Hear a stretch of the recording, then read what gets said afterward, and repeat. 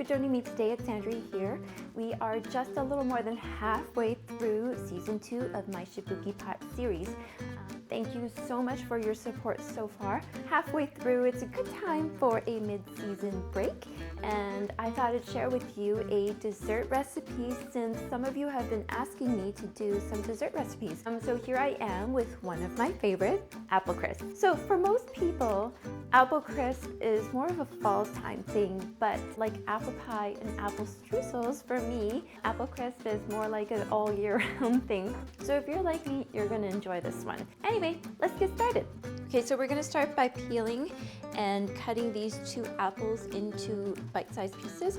So I like the combination of a sweet apple and a sour apple for a good balance of tartness. If you like your apple crisp more sweet, you can use 2 sweeter apples. And if you like your apple crisp more tart, you can use more sour apples. Okay, so I have here an ambrosia apple, and this is a Granny Smith. So I'm just gonna cut and peel my apples here.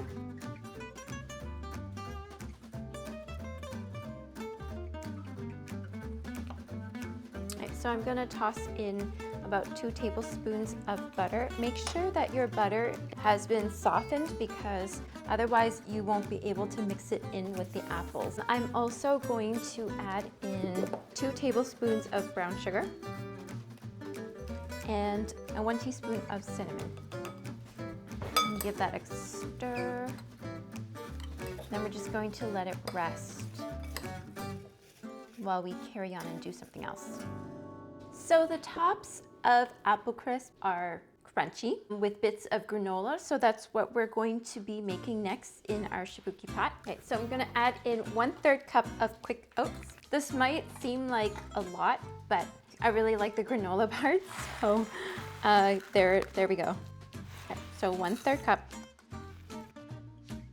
1 tablespoon of butter, 1 tablespoon of brown sugar, 1/2 tablespoon of vanilla extract, and 1/2 teaspoon of cinnamon. All right, so we're gonna turn our Shabuki pot on to low, and we are going to mix everything together. We're going to let our oats cook for about 10 minutes until they start becoming cooked and crisp. Don't worry too much if your Shabuki pot turns itself off. It will eventually turn itself back on once it's cooled down a bit. It's just that because there's no liquid in here, it will turn itself off. Be sure to scratch the bottom of the Shabuki pot as well at this time, just to prevent any burning. Your apples may or may not get its own juices, and that's perfectly fine. Any juices that come out of your apples are absolutely welcome. Okay, so it's about ready now. You know that your oats are done when they're crisp and they don't have a raw taste to them. So once they're done, you can transfer them to a bowl to cool. Okay, next we're going to take our apple mixture here and we're going to put it into our Shabuki pot. Okay, we're gonna turn our Shabuki pot to low. We're gonna keep stirring until the apples start releasing some juices. So about 5 minutes. Okay, so the butter has melted and the apples are starting to release their juices. So when that happens, we can just go ahead and put the lid on. Now the point of putting the lid on is to keep the moisture in to cook the apples. If we did that without the lid on, all the liquid would evaporate and then our apples might burn. But every so often, do go in there and give a stir just to make sure nothing is sticking to the bottom. Otherwise, it'll start to burn. So we're going to let this cook for about 5 minutes.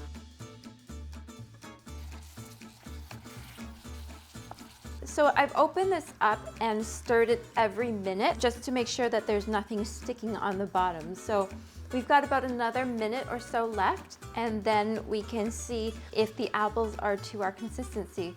I like my apples really tender, so I'm probably gonna let this go on for longer. If you like it with a little bit of a crunch to it, you can remove it immediately at the 5-minute mark. All right, so this has been going for about 7 minutes now.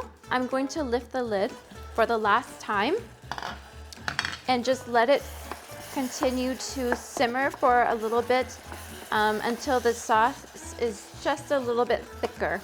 Give it about a minute or so, maybe not even a minute. Now you can go ahead and transfer to a bowl and top it off with some of our granola, and if you're so inclined, with a big old scoop of ice cream. Yum!